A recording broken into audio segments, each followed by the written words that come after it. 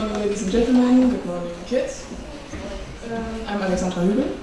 I'm Lena Wittchen. I'm Georg-Büchner. And we are from the 8A, from the Georg-Büchner Gymnasium, and today we want to tell you something about our film Trapped in School, which we produced in our class with 26 pupils.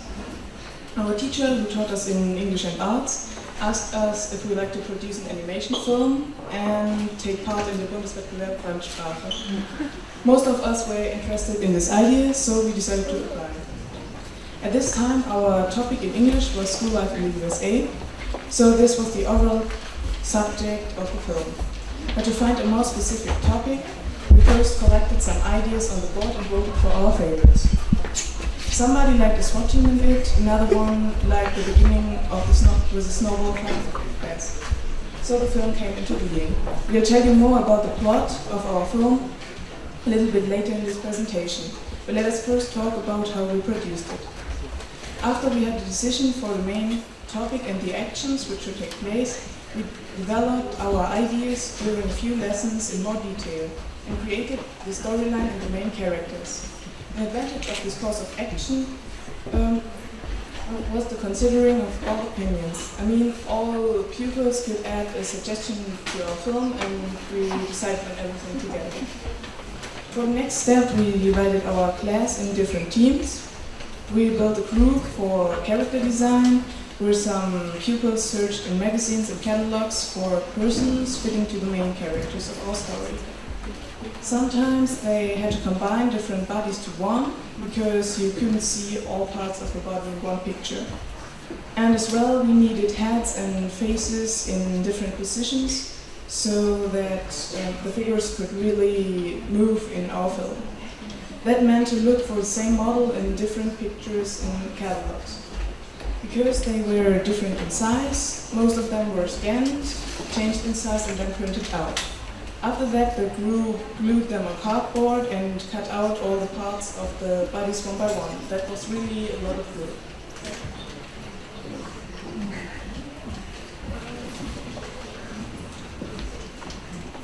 Another group worked at the same time on the backgrounds and tops, which are drawn and created more contrast between the characters and the backgrounds. We needed a lot of drawings, for example, all of the different rooms, a school bus, a helicopter, and outside views of the school. Some of us searched for pictures on the internet to use for inspiration and to find out how things look like. For example, an American school bus or a typical school building.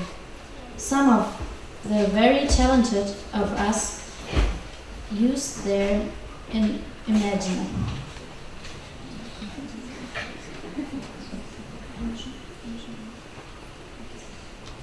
Other ones wrote the script. Yeah. Yes.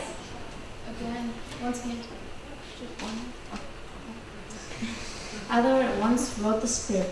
They brought all the ideas on the logic order, which wasn't too easy because it were so many different thoughts. But they finally found out how the different scenes could be linked with each other.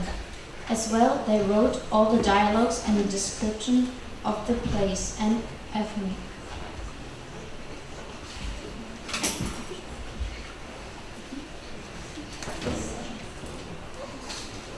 The audio grips was responsible for recording our voices and different sound effects with digital audio records and microphones. Sometimes they were very picky with the recordings things, and some of us had to repeat their speech parts several times because they found there were background noises, mistakes in pronunciation, or the wrong intonation. Little mistakes like ams, loud breathing, or pause were cut out using a computer and the software RDQ. The group also reached for royalty-free music, which we could use in our film without rolling copyright laws. A short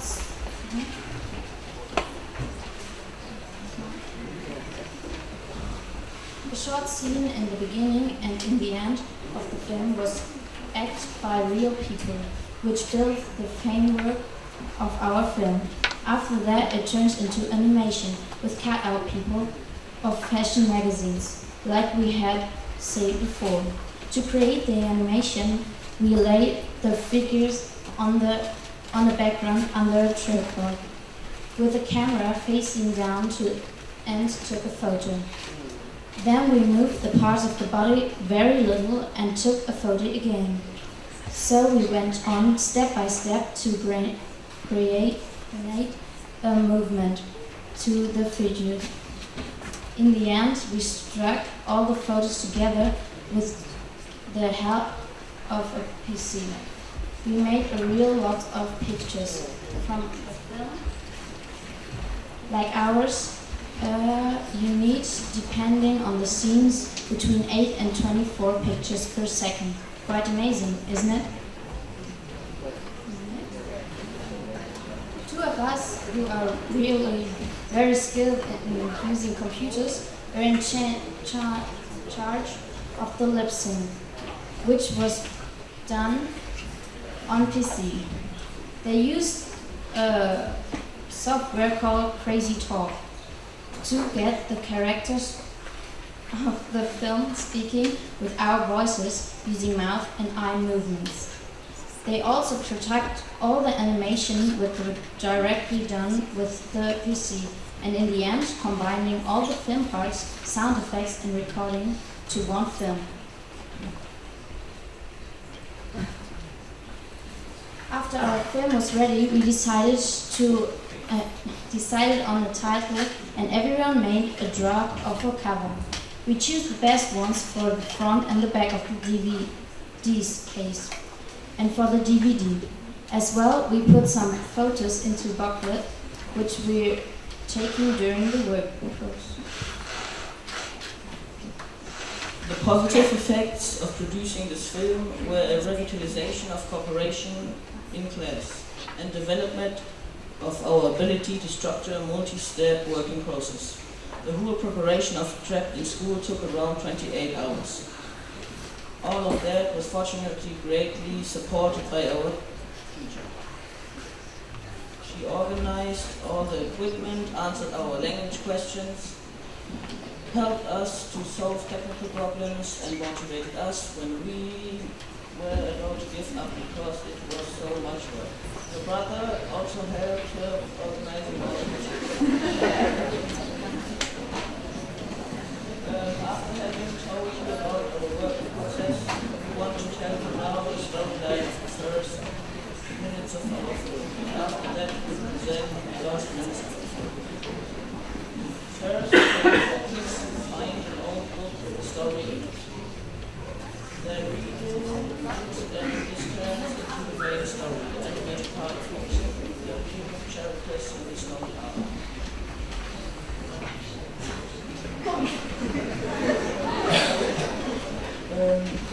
Horst,